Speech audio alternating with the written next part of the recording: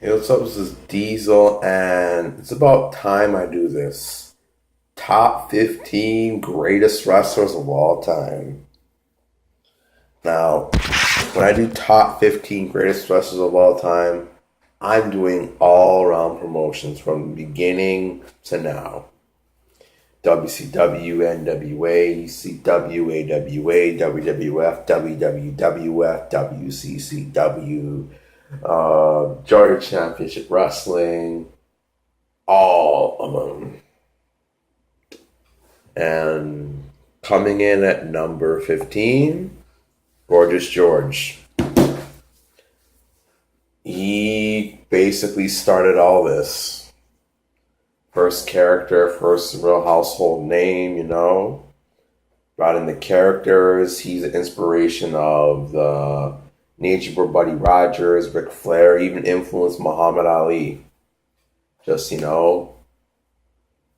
cockiness. It's called, what's that word I'm looking for right now? I can't find it right now. It'll come back later, but yeah, big draw. People, paid to see him get his ass kicked. One of the greatest heels of all time. Coming in at number 14, the American Dream, Dusty Rhodes. One of the biggest baby faces of the 80s. In the 70s and 80s, a big name, one of the greatest baby faces of all time. Got some of the best reactions, he was even loved by crowds of the modern time, like the 2000s, the 2010s, still gets love from the crowd. One of the, just an amazing baby face. Him and Ric Flair is arguably the greatest mic war. I know what, fuck it. I'd say the greatest mic war of all time. Hard Times is the greatest promo of all time, just amazing. Straight from the heart, just 10 out of 10 charisma, top 5 on the mic. And him and Ric Flair's match are some of the biggest matches in history. Some of the biggest matches of the 80s. His matches with Harley Race were some of the biggest matches of the late 70s to very early 80s. Coming in at number 13, Harley Race. This guy was so ahead of his time. He was like unofficially and unspokenly one of the first cool heels. Like when you watch him by today's standards, had he debuted today, he couldn't be a heel for too long because fans would have just loved him. And it would have to be like Stone Cold where they would have to turn him babyface eventually, how over he could have gotten. He was definitely the best wrestler of the 70s, hands down. Legit badass. He was the toughest guy in wrestling in real life. Till Haku came. Great on the mic, great in the ring. He was the total package. Very influential. Triple H has gotten a lot off him. He was just everything. A man's man. Good on the mic. Great matches. Involved some of the biggest matches. He was involved with the first Starrcade against Ric Flair. And they haven't looked back since. Well, this is now, yeah. Harley Race, one of the greatest, simply. His King Harley Race of WWF, it was alright, not bad. I actually thought him and Hulk Hogan had a very underrated match in the 80s in the WWE. In a way, it's kind of like a dream match scenario, and then it came true. That was a regular match, but I think Race got a decent match out of Hulk Hogan. Coming in at number 12, the ninth wonder of the world, Andre the Giant. This guy in the 70s was definitely the biggest draws. When I'm talking about one of the biggest draws in history, he's top 5 biggest draws of all time, hands down. Because people came to see this giant of a man, not just tall, but thick too, very powerful. Real life, definitely one of the toughest people in wrestling of all time. And even fans who know nothing about backstage stuff, they don't even question this guy's toughness either. I kid you not. But yeah, I personally thought Andre the Giant was a tad bit underrated in the ring, especially for what he could do at the time. He was a decent worker, in my opinion. I liked his move set, you know. People coming to see him. He couldn't even stay in one promotion in the 70s. Like, everybody wanted him. Everybody wanted to see him. Him being involved in WrestleMania and Hulk Hogan, the biggest match in wrestling history. Hogan Simon the Giant was just huge. And then when the feud extended to Mega Powers versus Mega Bucks, so he had a ton to offer. Even though his body was on a serious decline and probably should have retired bodily wise, as a draw, he had too much left in the tank. He had too much to offer, so it was hard for him to walk away from all that. Not that I blame him either. Coming in at number 11, Macho Man Randy Savage. One of the coolest guys in wrestling history. Just so bizarre and crazy on the mic in a great way. You know, you loved his promos, you loved the way he talked. His in-ring work, easily nobody comes close. The best WWF in-ring worker in the 80s.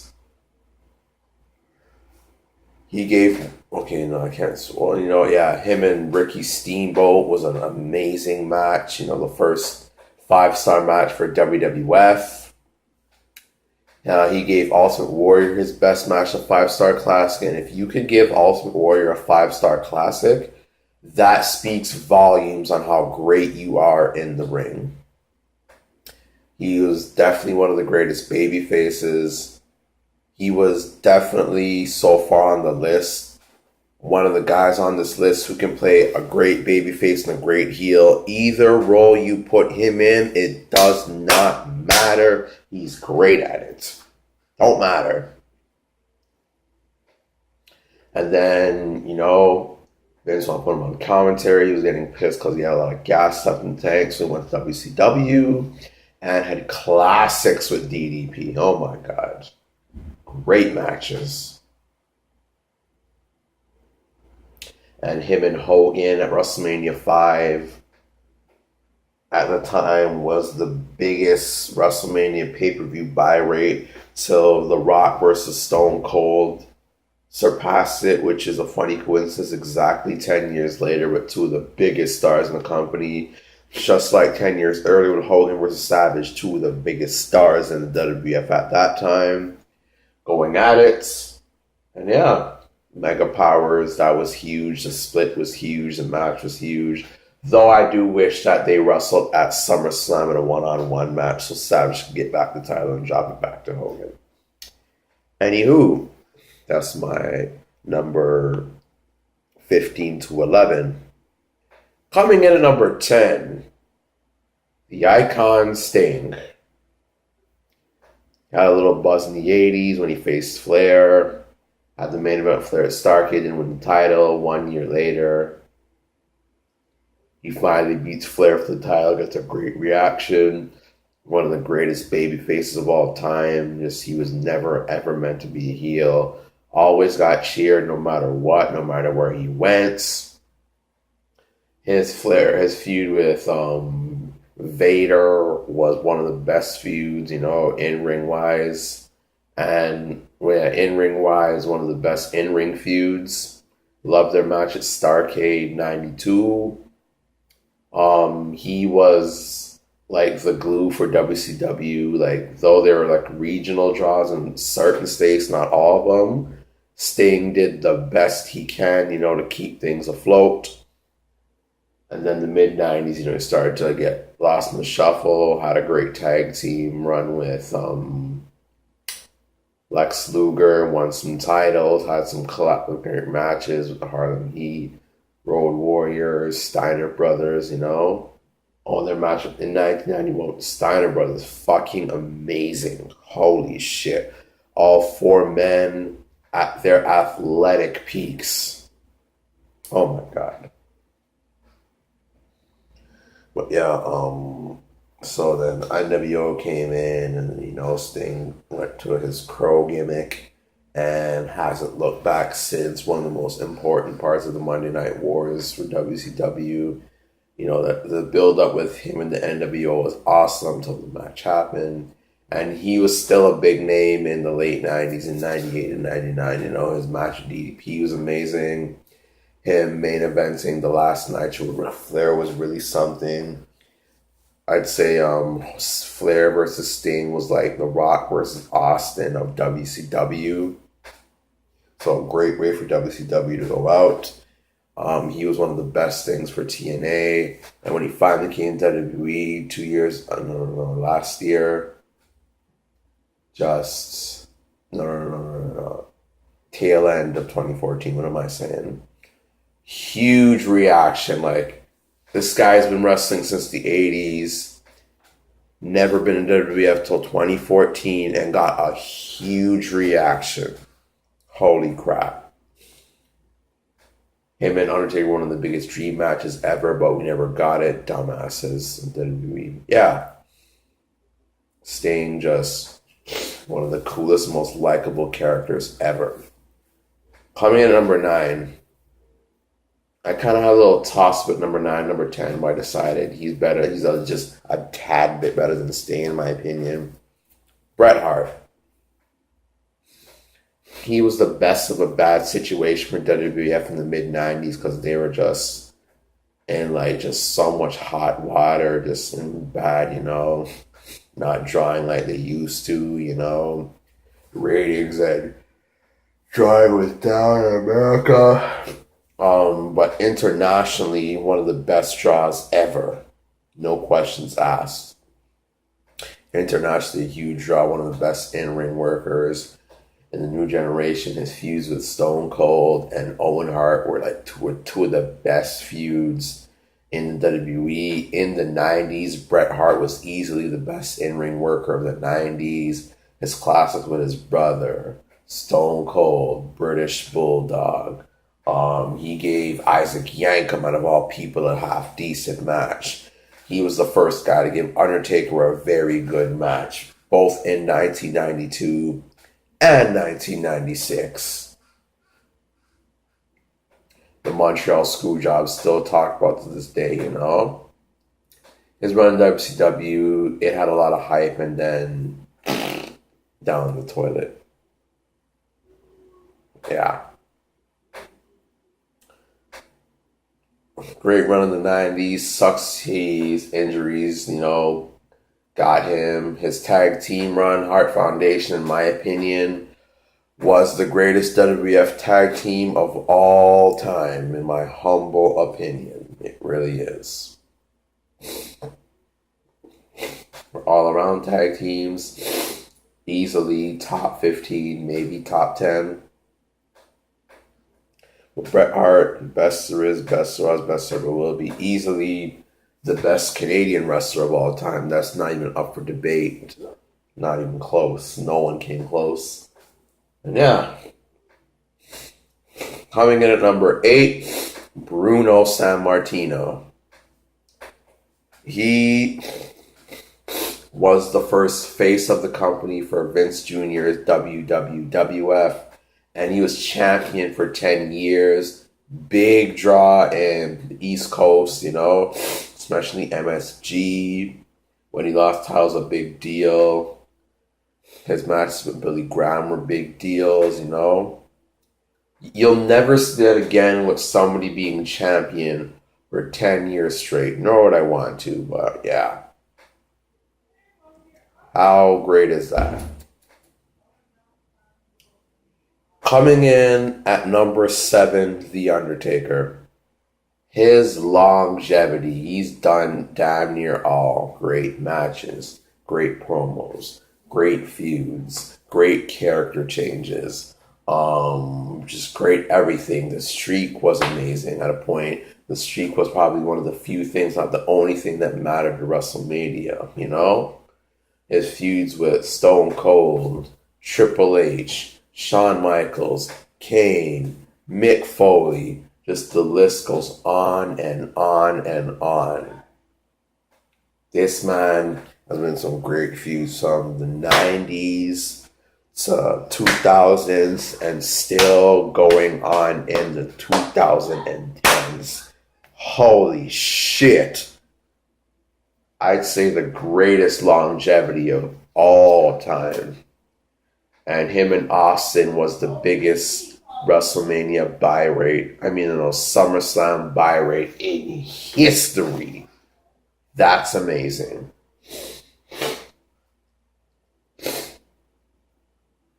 But yeah, his street matches with Shawn Michaels, Triple H, his chemistry with Kurt Angle is amazing. Brock Lesnar. And when Brock Lesnar conquered that streak, it had people like,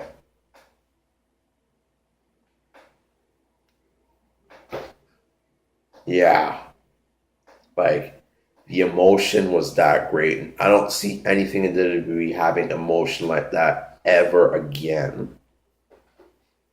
And that shows you how great, love, and respected The Undertaker is. And for men who are super heavyweights, easily the best super heavyweight in-ring worker of all time. Especially his work in 96 to 98 and the 2000s. Coming in at number 6, Shawn Michaels. Greatest in-ring worker of all time. His matches with Undertaker again, D-Generation X, top 3 stables of all time. He could play a great babyface and a great heel when he wants to. Another one of those guys. His match with Hulk Hogan was one of the best selling SummerSlams of all time. 2005, I'd say that run is where he solidified himself to be higher up on the card of the all-time greats. Great on the mic. That troll promo in Montreal in 2005. Oh my God, I really wish Bret Hart came back for that fucking pop. Oh my God. But yeah, loved his DX mic work. Very influential. The Rockers were very influential. He's a great tag team wrestler. The Rockers and DX with Triple H, His matches with Stone Cold were very important to the business, Iron Man match with Bret Hart was a big deal. The ladder match, Razor Ramon was a fucking huge trendsetter. And yeah, Heartbreak Kid Shawn Michaels. Now for my top 5. Coming in at number 5. I've given this some long, hard thought, and I finally decided Lou Thesz. Yes, Lou Thesz is my number 5. He's top 5 of all time. How could he not be? Him and a guy named Ricky Dozan. I think that's his name. I'm not, I don't really say that name. It's a funny name. From 1957. Doing 87 in the ratings in Japan and 15.2 in America. How much people can say that, Lou Thesz for pro wrestling was the 30s, 40s, and 50s was Lou Thesz. And he was still decent in the 60s. Sad we couldn't get a rematch to Bruno Sammartino versus Lou Thesz for the WWF title. That would have been awesome. Picture Lou Thesz versus Bruno when he was champion, how much that would have fucking drew. Oh my God. One of the greatest technical wrestlers of all time. One of the most respected wrestlers of all time. He even came back, had a match in the 70s and he was old as fuck. My hat off to him for that. But this guy was the 30s, 40s, and 50s and even held it down in the 60s too. 4 decades. One of the greatest longevities in pro wrestling history. Look how much moves he invented. The powerbomb, the Lou Thesz press, and a few others I forget. Let me go see if I can find any other moves that he invented. But yeah, this dude invented some serious moves. So with no Luthez, pro wrestling would not be the same, not whatsoever. Yeah, he invented the STF, the belly to back waist lock suplex, belly to back reach around combo, whatever that is. But yeah, like this guy was one of the most influential wrestlers and influential in-ring workers of all time. How is he not top 5? And why is he still not in the WWE Hall of Fame? Easily the greatest wrestler not to be in the Hall of Fame right now. Coming in at number 4, the Nature Boy, Ric Flair. One of the greatest heels of all time, in my opinion. He's top 3 heels of all time, along with Piper and Vince. His feuds with Dusty Rhodes, Harley Race, Sting, especially the Four Horsemen versus Dusty Rhodes was amazing. The Four Horsemen was the greatest stable of all time. His feud with Ricky Steamboat, his classics with Ricky Steamboat, the greatest in-ring, feud of all time, bar none. 1989 in the ring, this guy was a fucking man. Classic with Steamboat, classic with Terry Funk. Oh my God. What else? Him being in the War Games matches in the 80s, fucking classic. Just his wars in the ring with Barry Windham. Sad that they didn't have a main event for 1987 Starrcade. That would have been fucking something. I think that could have been their best match, and I kind of think it would have been a possible 5-star match, in my opinion. Sad it didn't happen. He was in the first Starrcade. He's, behind Hogan, the best pro wrestler, superstar of the 80s. Him and Hogan, that dream match is being in the fucking 80s. Everybody wanted to see that. He was the best thing outside of WWF for the time, for the NWA and all that. He was, between him or Luthez, the greatest NWA world champion of all time. Maybe I'll give a slight edge to Luthez, but still, the amount of great matches he fucking had in the 80s and the early 90s when it came to WWF, it was pretty big, Sad him and Hogan didn't have him, but at least he had that classic with Randy Savage. Then he goes back to WCW, wins the first Royal Rumble for the WWF title, and has all the big names in there for that time. Then 1 year later goes to WCW and has a classic with Vader at 1993. Holy shit, that was amazing. Mid to late 90s, then it goes downhill, but it doesn't ruin his legacy. He did pretty good in the 2000s, classics with Big Show, Edge, good match with The Rock, good match with Austin, good match with Triple H, and then he went out with a classic with Shawn Michaels. Great way to go out. Let's pretend his TNA run didn't happen, by the way. But yeah, the Nature Boy, Ric Flair, the man, at my number 4. Coming in at number 3, The Rock. Look how much this guy accomplished within his short career.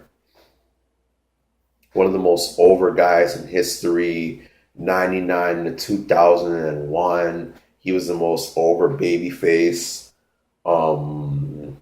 His match with Austin, what more is there to say? His great feud with Triple H, one of the greatest feuds ever, my favorite feud ever. Classes with Triple H and Stone Cold. He often put over young guys. Benoit, he made look good. Put over Kurt Angle, put over Chris Jericho. Put over clean as a motherfucker to Brock Lesnar, Comes back, faces John Cena, in the second biggest draw for WrestleMania ever. Holy shit, at WrestleMania 28. And he beat him. I was so fucking happy. This guy was already a legend in 2001. But yeah, and people are still dying to see Rock versus Brock 2. Fans don't care who wins. Fans don't care who loses. They just want to see these two household names in a rematch. That will still be one of the biggest buy rates ever. The second WWE knows they can get that match to happen, it's over. They're getting that huge buy rate, won't even have to think twice. Sad we couldn't get at WrestleMania 29 when it was supposed to happen, but yeah. The Rock, greatest on the mic, hands down, no questions asked. Funniest wrestler on the mic, hands down, no questions asked. Very good in-ring worker, especially 2000, 2003. He was amazing in the ring. In my opinion, he was the Muhammad Ali of professional wrestling. Coming in at number 2, Stone Cold Steve Austin. Sad that his injury, cut his career short. But 1998, nobody was more over than Austin. One of the most loved wrestlers of all time. Always a great babyface. Wasn't a good heel, but he recovered to a degree. Austin versus McMahon, biggest feud and best feud of all time. Biggest star of the Attitude Era, leader of the Attitude Era, hands down. His people was dying to see him versus Hogan and Goldberg. Didn't happen, but could you imagine if it did? And went out at WrestleMania 19. Sad he had to go out that way. Stone Cold Steve Austin, number 2. Coming in at number 1, Hulk Hogan.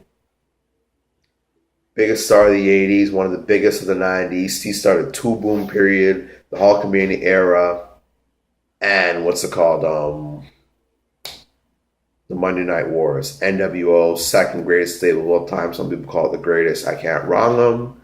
But yeah, great babyface, great heel. Either role, he does best at it. Him and The Rock was one of the biggest matches ever. Had the best comeback ever. And yeah, sad him and Austin never happened, but he still had great, accomplishments after 2000. His match with Shawn Michaels, one of the biggest matches. Him and Ric Flair coming to WCW was one of WCW's biggest matches, and he was the best draw at WCW and really put them on the map. Sad he built them up, tear them back down. Yeah.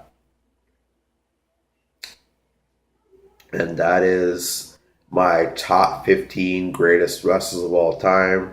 Tell me what you agree with, disagree with. Tell me who's your top 10 to 15 or top 5. Tell me who you thought should have been on this, shouldn't have been on this. And P.S. I really don't think John Cena deserves to be in top 15 greatest wrestlers of all time. I'm sorry. No, he does not deserve to be on this list. But yeah, let me hear some of your feedback. Like, dislike. Yeah, give me your feedback.